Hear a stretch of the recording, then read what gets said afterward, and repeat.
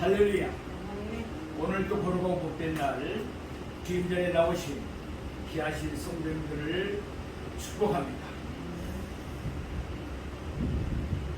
입추가 지나고 말복이 지나고 그리고 태풍이 지나가고 나더니 그래도 참 폭염 사라진 것 같습니다. 그러나 아직도 저희가 자가지 않아서 무덥습니다. 건강관리 잘하시기 바랍니다. 오늘은 마가복음 1장 1절 말씀을 본으로 복음의 시작이라 라는 제목으로 말씀의 은혜를 나누겠습니다. 지난주에 말씀드린 것처럼 마가복음은 마가에 의해서 기록되었습니다. 예수님의 수제자로서 베드로가 로마에서 복음을 전할 때 그의 곁에는 마가가 함께 있었습니다. 그 덕분에 마가는 베드로를 통해서 예수님에 대해서 상세하게 또 생생하게 말씀을 들을 수가 있었습니다. 흔히들 마가복음을 가리켜서 로마인을 위한 복음이라고 합니다. 그 이유는 마가복음이 로마에서 기록되었기 때문입니다. 또한 마가복음이 로마에 살고 있는 로마인들을 위해서 기록된 복음이기 때문에 그렇습니다. 마가복음을 읽어보면 이와 같은 사실은 쉽게 이해가 됩니다. 예컨대 마가복음은 유대인들의 언어를 그대로 적으니 반드시 그 말을 번역하거나 따로 설명해주고 있습니다. 예컨대 이겁니다. 보아하게 우리의 아들이라 이렇게 설명하고 있죠. 또 달리다고 무슨 뜻이에요? 내가 내게 말하노니 소녀야 일어나라. 고르바는 하나님께 드립니다. 이런 것으로 이렇게 해석이 되어 있다는 또는 말씀이 설명이 따로 되어 있습니다.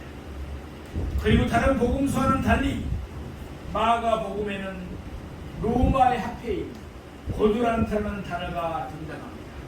그리고 로마의 진명인 시병이라는 단어도 나옵니다.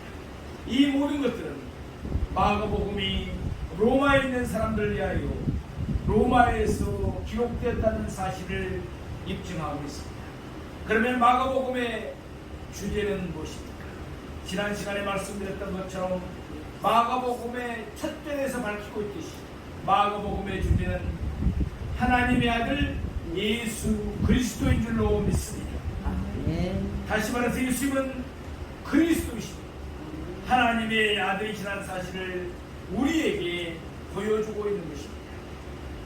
우리 오늘 공독했던 본문 마가복음 1장 1절 말씀을 다시 한번 보시겠습니다.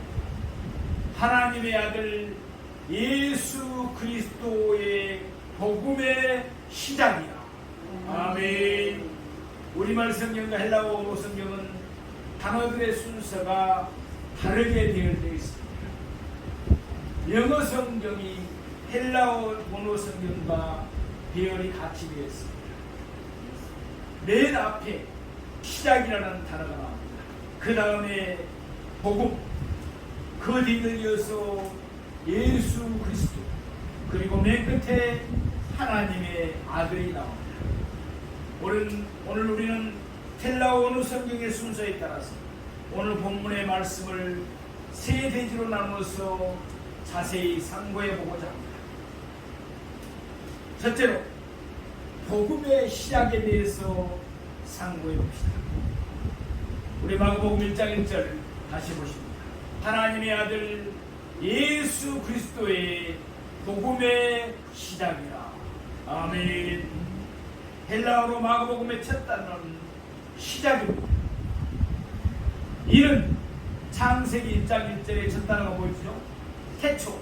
또한 요한복음 1장 1절의 첫 단어인 태초와 실상은 같은 단어입니다. 그러니까 마가는 시작이라는 단어를 통해서 이제 새로운 시대가 활짝 열렸다는 사실을 밝히고 있는 것입니다. 그러면 여기서 새 시대의 특징이 무엇입니까?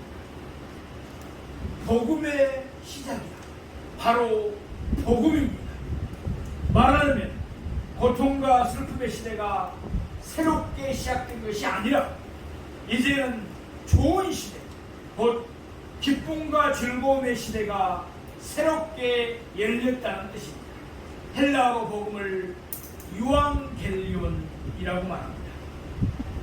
이는 좋다라는 뜻의 유와 소식을 뜻하는 앙겔리온이 합쳐진 합성어입니다. 그러니까 복음이라는 단어의 문자적인 뜻은 좋은 소식, 기쁜 소식, 복된 소식, 그리고 영어로는 뭐라고 합니까? 굿뉴스라고 말합니다. 유앙겔리온이라는 단어는 신약 성경에서 처음 사용된 것이 아닙니다. 이 단어는 구약 성경에도 사용되었습니다. 뿐만 아니라 이 단어는 고대의 문학작품이나 이방인들의 비문, 비세계적인 글씨를 말하죠. 비문에도 사용되었습니다.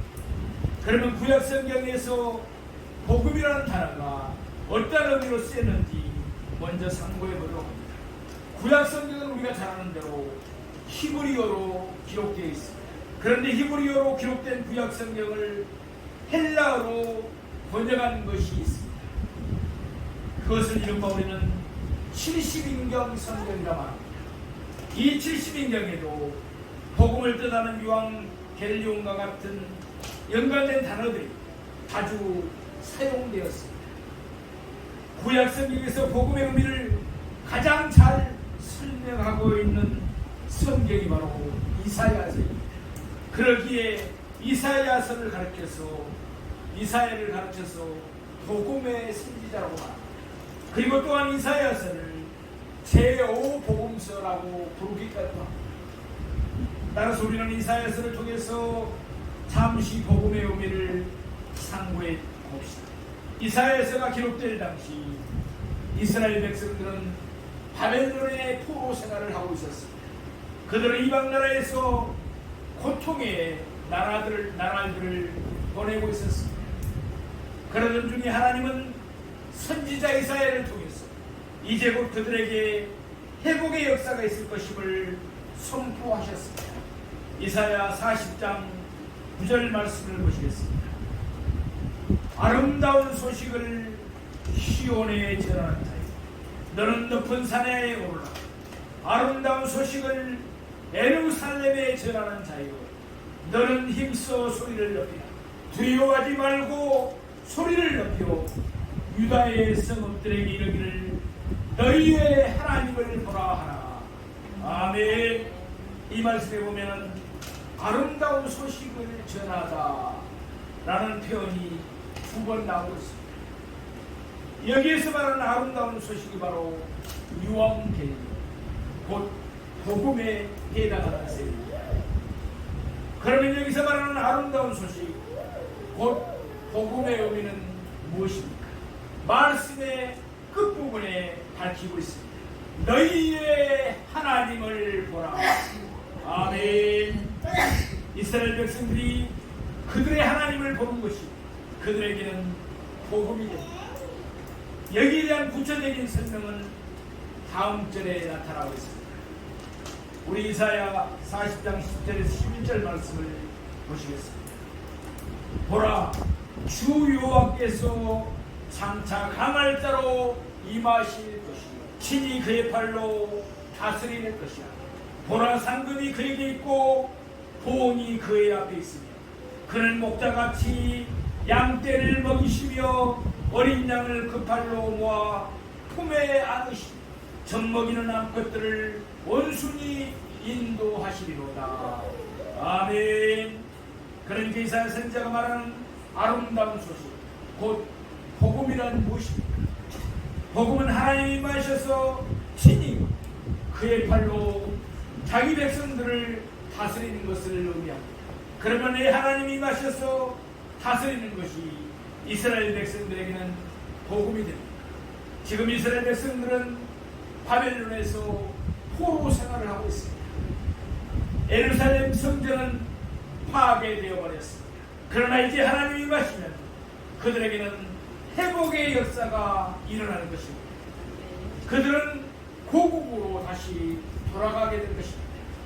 그리고 예루살렘 성전도 재건될 것입니다. 그때 하나님은 보좌에 앉으셔서 친히 이스라엘 백성들을 다스리실 것입니다. 하나님은 목자와 같이 그들을 먹이시며 그들을 보호하시며 그들의 걸음을 인도하실 것입니다. 그러기에 하나님이 임하시는 것이 이스라엘 백성들에게는 바로 복음이 될 것입니다. 우리 이사야 52장 7절 말씀을 보시겠습니다. 좋은 소식을 전하며 평화를 공포하며 복된 좋은 소식을 가져오며 구원을 공포하며 시온을 향하여 이르기를 내 하나님이 통치하신다 하는 자의 산을 넘는 발이 어찌 그리 아름다운가. 아멘. 여기에도 좋은 소식이라는 표현이 두 번 나오고 있습니다. 이것이 바로 유앙겔리온, 복음입니다. 그리고 여기서도 복음이 뜻하는 바는 하나님이 통치하실 것입니다. 왜냐하면 하나님이 다스리시면 평화와 복과 구원이 자동적으로 따라오기 때문입니다. 이와 같이 유대인들에게 복음이 뜻하는 바는 하나님이 임하셔서 다스리는 것을 의미했습니다.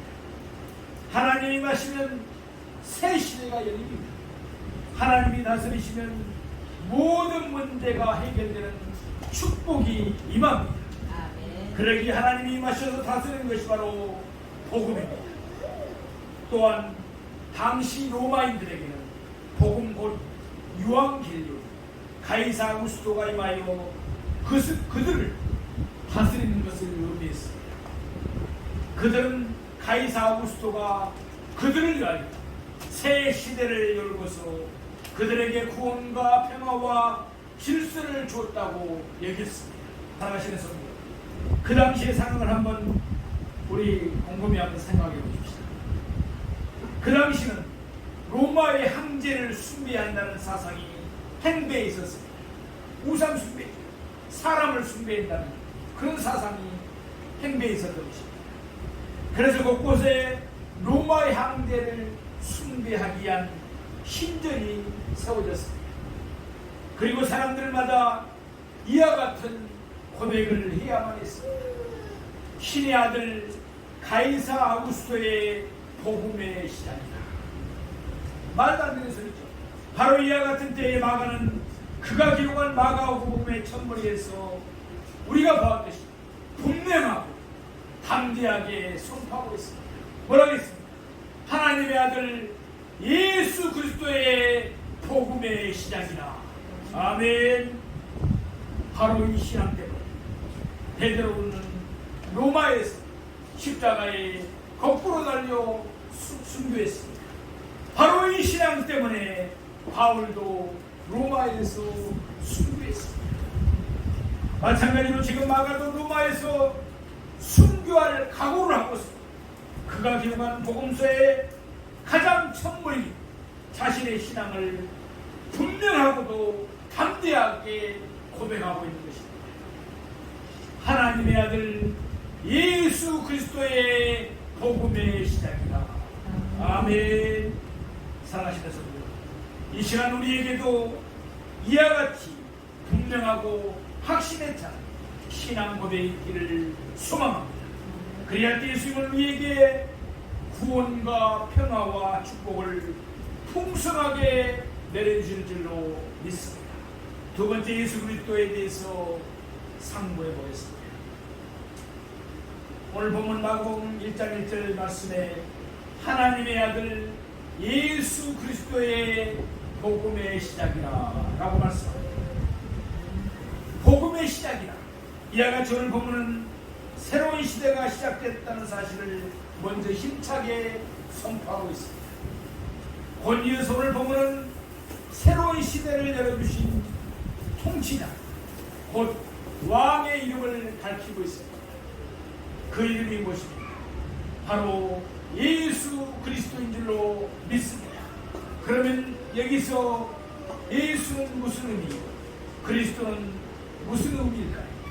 여기서 예수는 임명을 가리키고 그리스도는 칙명을 가리킵니다.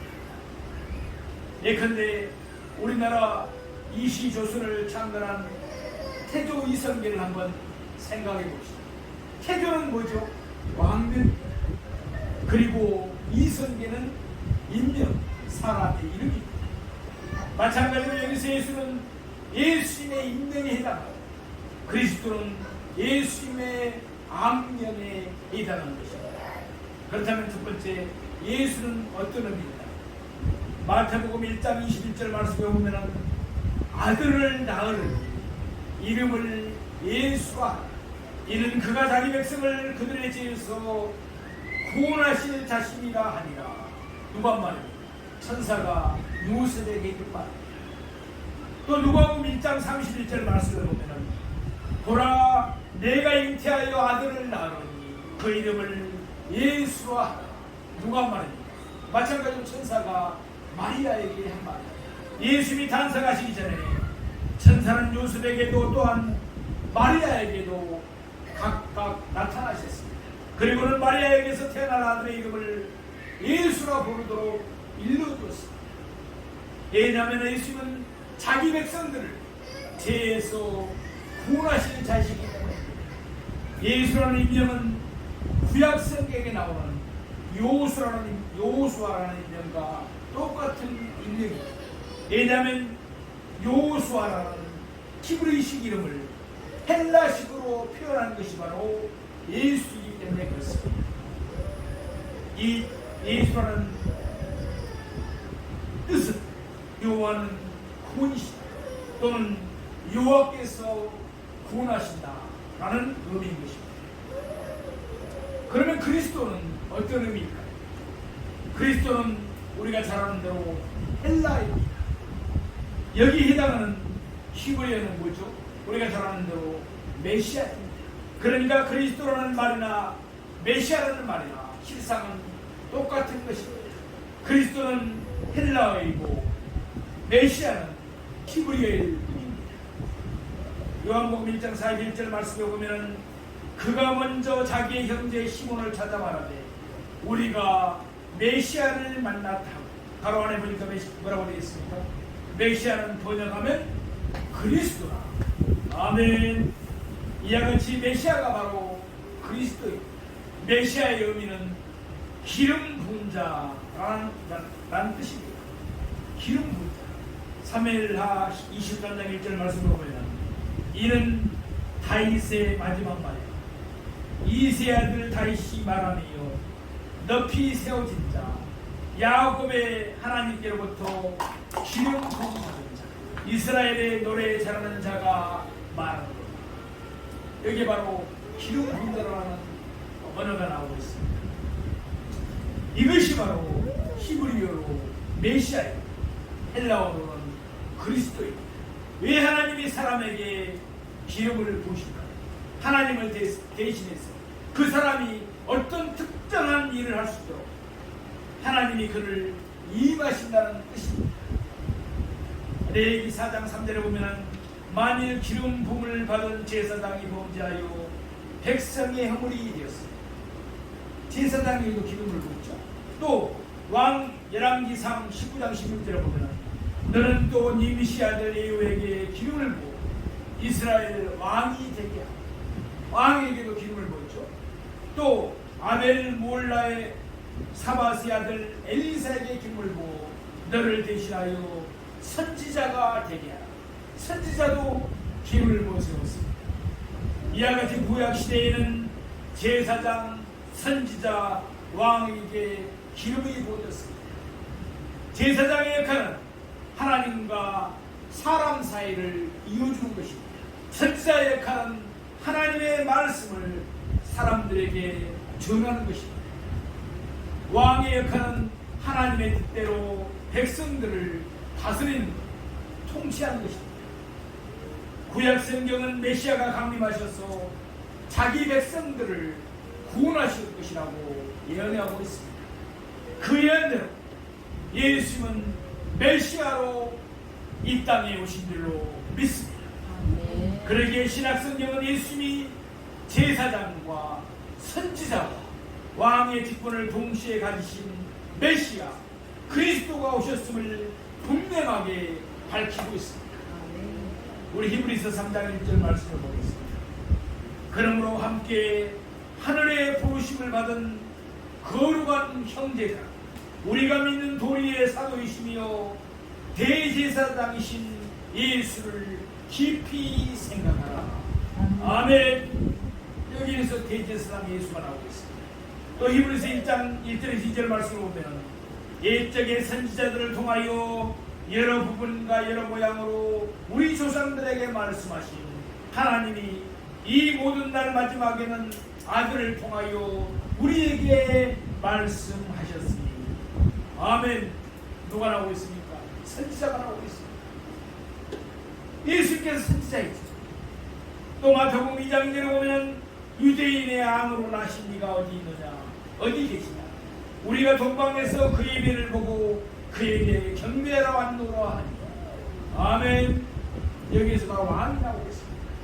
예수님은 우리의 대제사장이 되셔서 우리를 하나님 앞으로 인도해 주셨습니다. 예수님은 진정한 선지자입니다.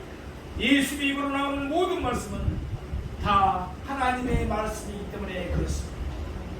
아울러 예수님은 우리의 왕이 되셔서 영원토록 우리를 다스리십니다. 이와 같이 예수님은 제사장이며 선지자이며 왕이십니다. 그러므로 예수님은 메시아 곧 그리스도이십니다. 그런데 마가복음에는 예수님이 제사장으로 묘사되는 경우를 찾아볼 수가 없습니다. 또한 예수님이 선지자로 묘사되는 경우에도 그저 간접적으로 묘사될 뿐입니다.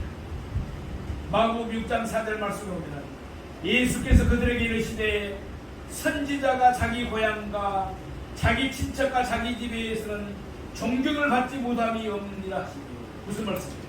여기서 선지자는 예수님 자신을 간접적으로 나타낸 것입니다. 지칭한 것입니다. 그런데 이와는 달리 마가복음에는 예수님을 유대인의 왕 또는 이스라엘 왕이라고 직접적으로 지칭하는 경우가 무려 6번 나오고 있습니다. 그 6번 모두가 마가복음 15장이 나옵니다. 마가복음 15장 2절에 보면 빌라도가 묻되 내가 유대인의 왕이냐 예수께서 대답하되 이르시되 내 말이 옳다 하시네. 아멘. 그리고 15장 9절 12절 18절 26절에 나오고 있습니다. 또 마가복음 15장 32절에 보면 이스라엘 왕 그리스도가 지금 십자가에 내려와 우리가 보고 믿게 할지어다. 이렇게 예수를 조롱하고 있는 그런 말씀도 나오고 있습니다. 이와 같이 마가복음은 예수를 제사장이나 선지자로 묘사하기보다는 예수를 왕으로 묘사하고 있습니다. 그 이유는 예수님이 왕으로 오셔서 새로운 시대를 열어주셨기 때문에 그렇습니다. 말하자면 오늘 본문의 말씀대로 예수님에 의해서 복음이 시작되었습니다. 사랑하시는 성도 여러분, 예수님은 그리스도이십니다. 특별히 예수님은 우리의 왕으로 임하셔서 지금도 우리를 다스리시는 줄로 믿습니다. 왕이신 예수님은 우리를 위하여 새 시대를 열어주셨습니다. 그리고 예수님은 지금도 우리에게 구원과 평화와 복을 풍성하게 내려주십니다.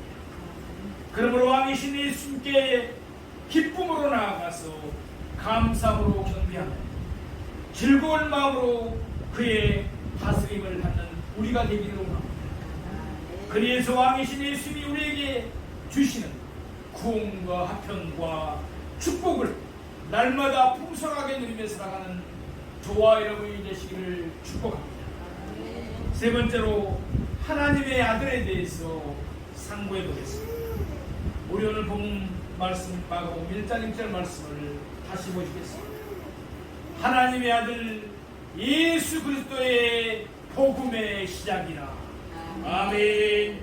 예수님은 어느 계통의 왕이십니까? 예수님은 이 세상의 왕들처럼 선대로부터 왕권을 세습하신 분이 아니십니다. 예수님은 하나님의 아들이시기에 이 세상에 그리스도 곧 자기 백성을 다스리는 왕으로 하늘로부터 강림하셨습니다. 그러기에 예수님이 다스리신 나라는 세상 임금이 다스리는 나라와 질적으로 완전히 다릅니다.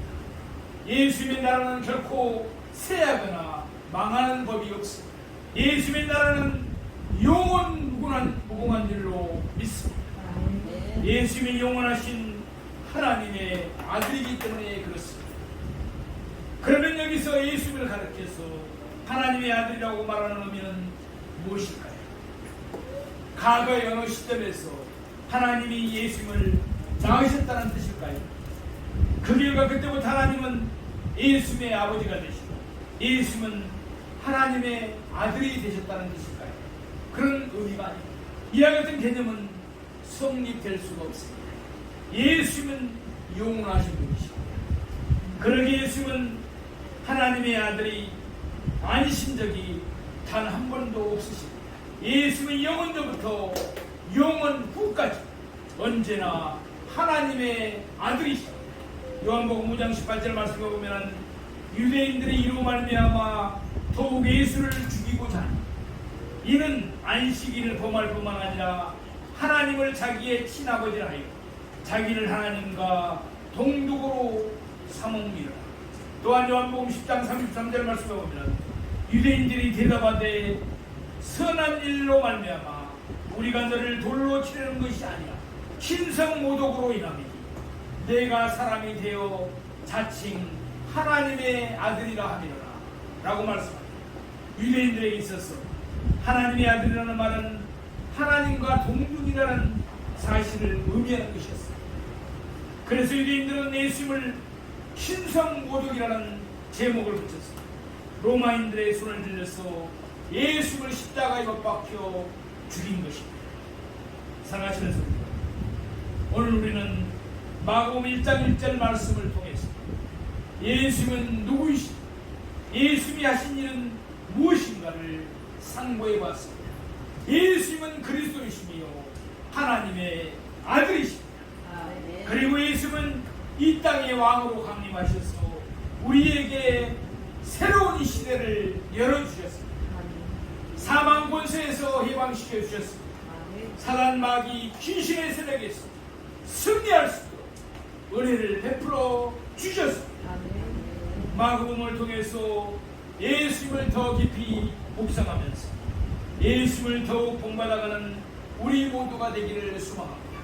그리고 성령의 권능을 힘입어서 날마다 영적 전쟁에서 승리하는 우리가 되기를 소망합니다. 예수님이 우리에게 열어주신 축복을 날마다 풍성히 누리며 살아가는 저와 여러분이 되시길 주님의 이름으로 축원합니다.